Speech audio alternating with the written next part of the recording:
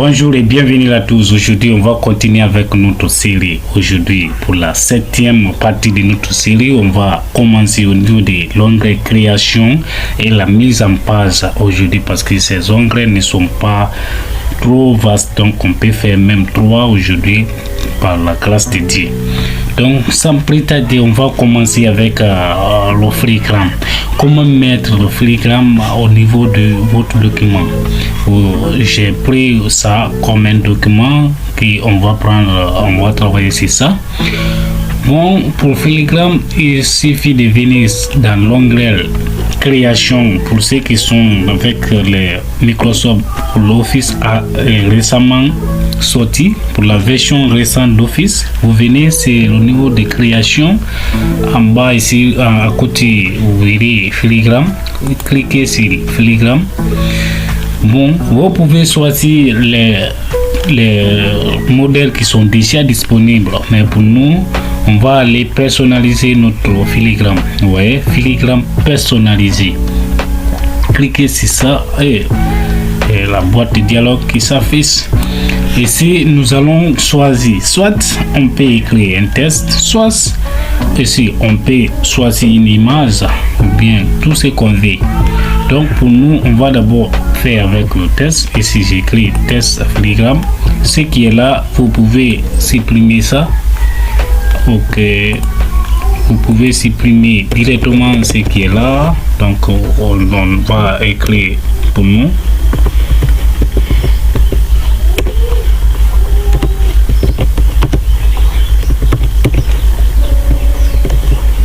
Ok.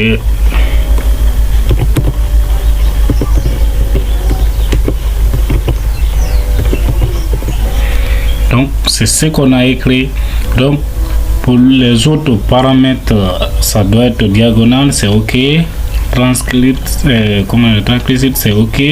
Auto, la taille automatique, c'est ok. La police, on peut changer la police si ça vous ne plaît pas. Pour moi, bon, c'est que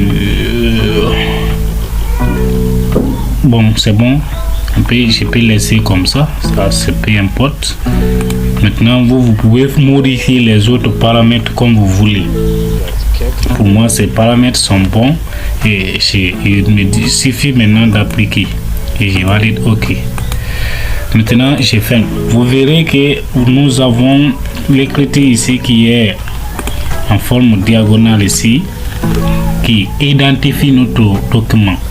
Comme ça, même si j'ai quel que soit maintenant les pages que je vais maintenant activer, c'est filigrane sera toujours affiché automatiquement.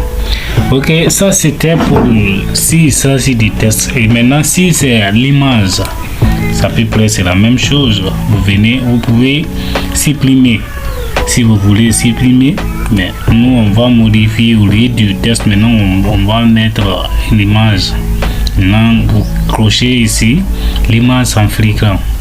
Une fois que vous crochez ici, vous verrez que l'onglet là va directement générer pour aller sélectionner votre image. Vous dites je travaille hors connexion, ça veut dire que vous avez déjà une image dans votre hors PC. Donc bon, vous pouvez venir, par exemple, je viens ici, je sélectionne, je dis maintenant à partir de là, je peux choisir une image qui me correspond. Donc j'applique et je valide aussi. Ok, vous verrez qu'on a encore une image en filigrane. Bon, selon les paramètres, comme c'est en filigrane, on ne peut pas tellement voir l'image. Vous pouvez mettre l'image que vous voulez. Donc pour le filigrane, j'espère que c'est ok. Maintenant, on va continuer avec cette partie. Si vous voulez embellir votre document, vous pouvez bel et bien mettre la couleur. Mais vous remarquez déjà que étant donné qu'on a déjà une image en filigrane, cette partie ne sera pas colorée. Donc pour que notre travail soit également super cool, on va d'abord changer ce filigrane en test. Au lieu de image test, ce qui est déjà là.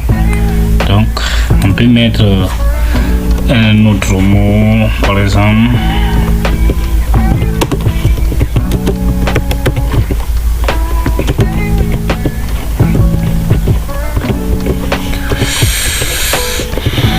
Ok, je valide. Maintenant, vous voyez, non? Maintenant, là, vous pouvez changer couleur de base. Vous pouvez mettre la couleur que vous voulez, n'importe quelle couleur que vous voulez. C'est possible. Ok. Maintenant, ça aussi, j'espère que vous avez compris. On passe au niveau de la bordure. Maintenant, ça, si vous voulez vraiment créer vos pages de garde, vos couvertures et autres, donc il vous faut forcément mettre les bordures pour les diplômes, les attestations et autres. Donc nous sommes au niveau des bordures. On va commencer à voir des paramètres. Vous voulez sélectionner uniquement les lignes, les trucs comme ça, et puis venir ici changer la couleur que vous voulez pour faire une collection avec votre document.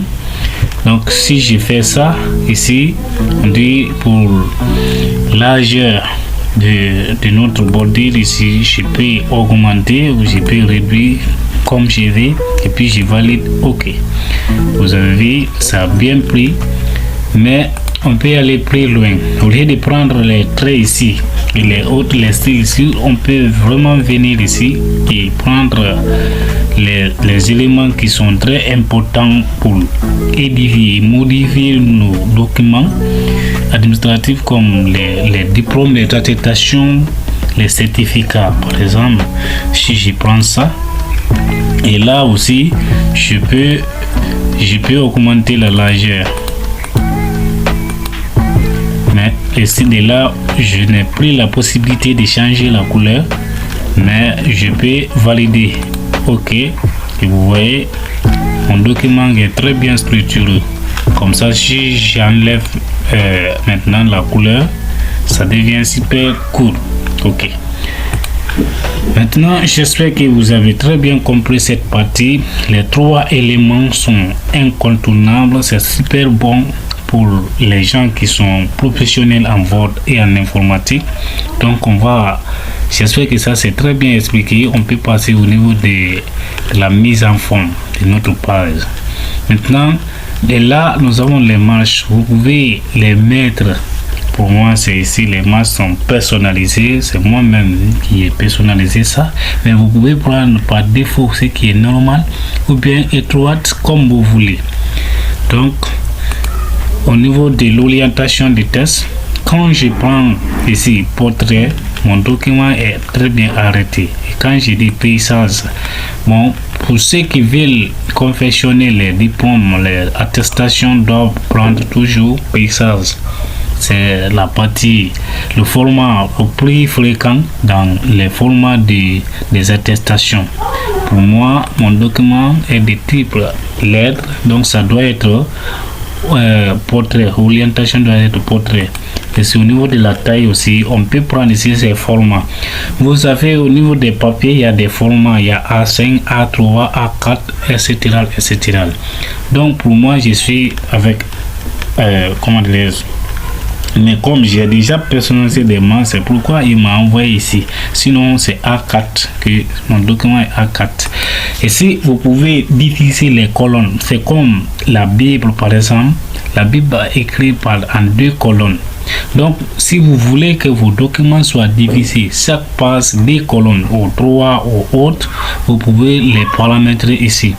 Si c'est les 2 colonnes, vous voyez déjà mon document est subdivisé en 2 colonnes. Donc ça c'est pour si vous voulez élaborer un document concernant selon les demandes. Donc pour moi ce n'est pas ce qui me plaît, donc c'est ça. Et c'est que là où vous voyez saut de page, ça vous permet de sauter directement et activer une nouvelle page. Vous voyez, je suis au niveau de la 2e page, mais si je clique ici, je clique sur des pages, il va directement activer la 3e page de mon document. OK, donc ici les numéros de livres, j'espère que on a déjà vu ça dans la série, comme l'épisode 6, peut-être on a très bien vu ça. Donc nous on ne veut pas numéroter. J'espère que mettre ces phénomènes assez comme ça est super bon. Il est bon de laisser ça par défaut pour ne pas se créer des problèmes. Et si vous voulez que vos lignes soient numérotées, chaque ligne soit numérotée, ça c'est ça, on vous donne les exercices, les tirer par exemple, de calculer les nombres de lignes, les nombres de mots.